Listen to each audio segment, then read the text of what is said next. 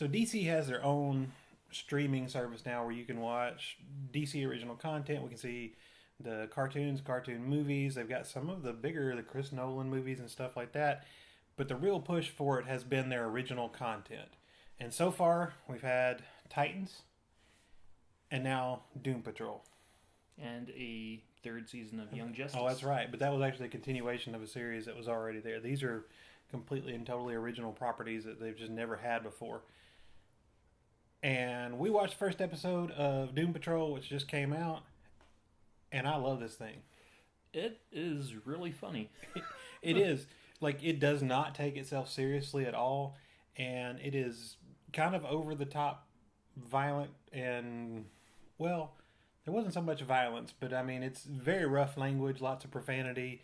There was nudity, which was kind of shocking. Not in like, nudity, but it was, it was kind of like, it's a DC cartoon, or not cartoon, DC animated, not animated, live action comic book. That's what I was going for. But what DC and Marvel, to a lesser extent, has trained us on is teenage, like targeted at high school kids kind of superhero stuff. And that's not what this is. No, not at all. And I think really you have to kind of have to draw the connections to Deadpool, even though Deadpool is Marvel. It's kind of the same thing. There's like the potty humor, there's the bad language, there's the violence, and the donkey. So they don't shy away from that at all. The thing that surprised me was just how, and same thing with the Titans, it's just how genuinely good it was. Like, they didn't skimp on story or actors. In fact, the cast in this thing. Brendan Fraser plays Cliff Steele, who's the Robot Man. Robot Man, and he's pretty much, I would call him the main character. Who else we got? We got Timothy Dalton. Timothy Dalton, and he's always great. He has that voice and that presence. There's a presence. Yeah. And then what got me was actually Alan Tudyk is the bad guy in it, and he is Nothing. Is it Mr. Nothing? Nobody. Nobody, that's what it is. And so his character is Nobody, and the series actually starts off with him becoming Nobody. And he kind of also plays the narrator to our adventure. Yeah, which is hilarious because he's the foil, he's the villain, and he's narrating the whole thing. And he gets some shots in at him he's too. He's gleefully hateful. Oh, he is. And there's just something about the meanness. There's something about even the good guys. You've got the Robot Man. You've got Negative Man, and then Elastigirl. Yeah, Rita, who's Elastigirl. And then Hammerhead, who I had never seen before. I don't know if she's... Yeah, that's Crazy Jane. Crazy Jane has just like 64 different personalities, each with their own power. And they're all like decent people and horrible people at the same time. They all have some like huge character flaws, some meanness. They're all real. Yeah, and that's the amazing thing. The show really is like, if you took real people and gave them superpowers, how would they act? What would they do?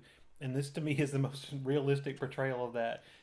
Because, like, in comic books, you always get, like, the most heroic people end up with superpowers, or the most terrible people, and here you're getting just kind of the in-between average, run-of-the-mill people that are neither leaning one way or the other. When, in fact, they don't even, like, when it's time to act, they're like, should we? Like, is that really our job? Should we go intervene in this? I think we shouldn't. Let's just skip this. But the humor was great. The cast is great. I even enjoyed the story in the first one. I thought that was interesting. And there's a lot of like tongue-in-cheek, just kind of, stupid and silly and make fun. But it's not ridiculous. It works. Again, a la Deadpool. How many superhero TV shows or movies is the high point the group taking a trip to town? Well, yeah, but it's kind of the origin story for everybody, right? But it didn't drag. They were kind of interesting. Not all of them got a full origin, but we just got a little glimpse of them.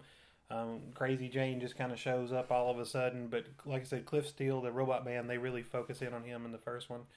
And I like their backstory. And again, it was probably because they were human. And one of the things I actually hate about superheroes is when they always have to give them a flaw. Right. But and I think the reason I hate it is because that flaw just exists to give them a weakness to make them, able to be defeated. So you're supposed to care for them and have some vulnerability.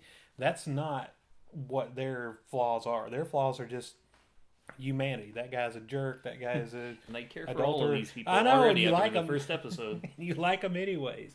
And so really enjoyed it. One of the things, I actually talked about Titans when it came out and talked about the DC streaming app. And one of the things was I kind of concluded with I didn't think the app was worth it. The comic books aren't there. Not in the... I mean, for some reason in my head, I thought DC would have everything. And I know they wouldn't have everything, but the majority just be huge chunks of books.